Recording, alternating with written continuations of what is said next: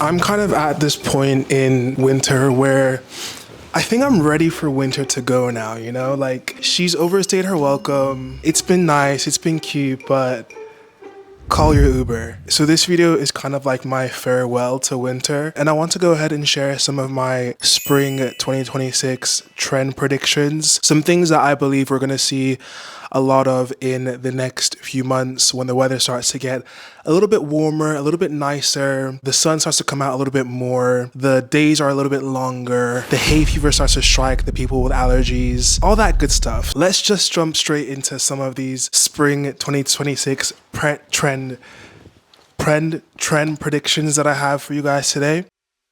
The first one is the East-West bag, okay? I'm kind of predicting the East-West bag to be a trend mainly because we've been in this Y2K coded fashion era for a very long time, and I don't think that is going to let up anytime soon. And the East-West bag is a shape that has been really popular the last few years. This bag has been in and out of fashion since the 1950s. It's been like back and forth. You've got like the baguette, right? You've got like the classic Fendi baguette, and then you've got the East-West bag, and then you've got the bowler bag, right, which is kind of like the more work focus. It's a little bit bigger, there's more space as well, you can put your laptop in there. The classic Fendi baguette is like your going out bag, you can't put too many things in there. And then the East-West bag is like the older sister of the baguette, and then the bowler bag is like the auntie of the East-West bag, if you know what I mean. So the East-West bag is like this more sophisticated middle ground between the two bags, and I feel like this is a bag that is trendy and popular right now, mainly because it has a very sort of like statement shape to it, you know?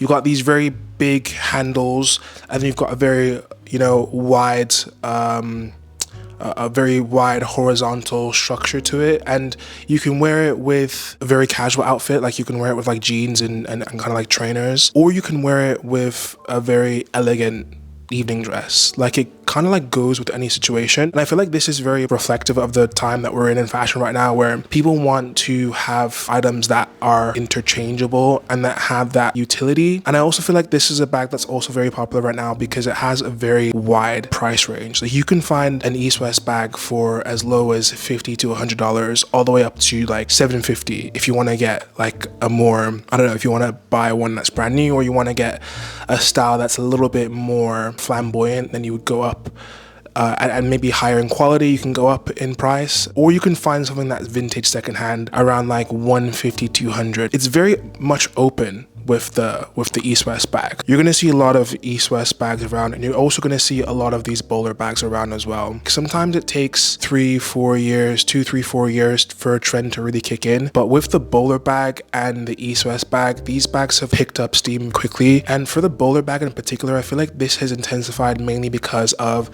the Hermes The Row Margot East-West battle. The Row released their East-West Margot bag in 2018, and it started to gain popularity the back end of 2023 into 2024, and I feel like that's because it was this alternative to the Hermes Birkin bag, you know? It was this more sophisticated, quiet alternative to that, and now you're seeing a lot of designers and a lot of brands designing bags in that The Row Margot shape, or with that Hermes Birkin shape as well. And I feel like the bowler bag is the, you know, is kind of like the next step in that shape, in that pipeline of shape. My next prediction for spring 2026 is the hot pants. The hot pants are going to be coming back with a bang, and this is mainly because we're seeing the 70s era coming back in fashion right now. I don't know why the 70s is trending. If anybody knows why the 70s in particular is trending right now, like, please let me know. Is there some nostalgia for like the hippie movement to come back? I wouldn't mind it. I think we do probably need that. We do probably need like the 70s vibe right now. We need a little bit more peace and love as a sort of pushback to the somewhat testing and trying times that we live in at the moment. We're seeing two things right now in fashion when it comes to like very short style of pants, a combination of underwear basically, and then we're also seeing like very short pants, sort of like bloomers in a way. One of the most notable times for the hot pants for me is like 70s London. 1970s London had that audacious flair that really captured how the culture was shifting at that time. And it was a time when fabrics like sheen, satin, suede, and metallic leather were the go-to textiles. And you saw a lot of young women strutting around London, strutting around Soho and Carnaby Street. And I feel like hot pants were the main fashion choice to express femininity and also to add some flair. And it was often paired with tight t-shirts or halter tops or over the knee boots that created this bold, unapologetic sort of vibe in the outfit. And this was at a time in the 1970s, you know, in London in particular, where there was a big spirit of rebellion in the wider culture. You saw these like short bloomer style hot pants on the Miu Miu Spring 25 runway. Miu Miu have this very playful way of presenting their version of the hot pants. You know, you can see it styled with raincoats, trench coats, and they'll wear it with sandals. And it's just a very fun and playful way to express style. We also saw this on the Max Mara Spring 25 runways, where it is presented and shown in a way that is a little bit more sophisticated. And I guess you could see people wearing this, yes, in the cities, but also very much like on vacation, that resort spring vacation kind of vibe. My third prediction for spring 2026 is the balloon pants. And I want to say that this like balloon pant trend that we're calling it in like Europe and in North America is really something that should be credited to South Asian fashion and design influence, because we're really in a moment right now where there's a big influence from Indian and South Asian fashion designers. This particular shape is being influenced by the salwar kameez, and it's this traditional outfit from South Asia that's widely worn by women of Eastern Pakistan and the Punjab region of Northwest India. It gets very hot in this region, so it provides this breathable, roomy space, but it also gives a very interesting shape and style. And Alaya were one of the brands that really pushed this shape and style on the runways last year. We're also seeing Chloe as well confirming not just the balloon pant shape, but also the bloomer shape. Both of these styles were on their spring 2025 runways. Jimena Kamali has been doing a fantastic job at Chloe, bringing this like bohemian 70s style in a contemporary way. I feel like this boho style, it can kind of be stuck in like the 2010s, but I think she's brought it back and she's reimagined it in a, you know, very chic and playful manner. So my fourth trend prediction for spring 2026 are the culottes. The culottes are a more favorable alternative for the people that are not going to go in the direction of the hot pants. It provides a little bit more coverage. It's a great transitional piece as well. It's something that is very breathable. It's a type of pant that you can find at a very affordable price point. I would say cost will be the go-to for this particular shape of pants. And their spring 2025 show in Greece was a really interesting show, and I think they presented a lot of these staples and these shapes and silhouettes that we're going to see a lot more this spring. So yeah, it's that, like, it's playing into, again, that wide leg silhouette, that very 70s wide leg silhouette, like this barrel leg trouser that's also very popular for office wear, and that's very popular for people that are looking to dress for those professional settings. I also think the boot cut is something that's going to be a lot more popular as well. So this is just really kind of like confirming this like 70s vibe that we're seeing in fashion right now. And I think the culottes are going to be that transitional spring piece that we see a lot of people wearing as we go into the warmer months of spring and summer.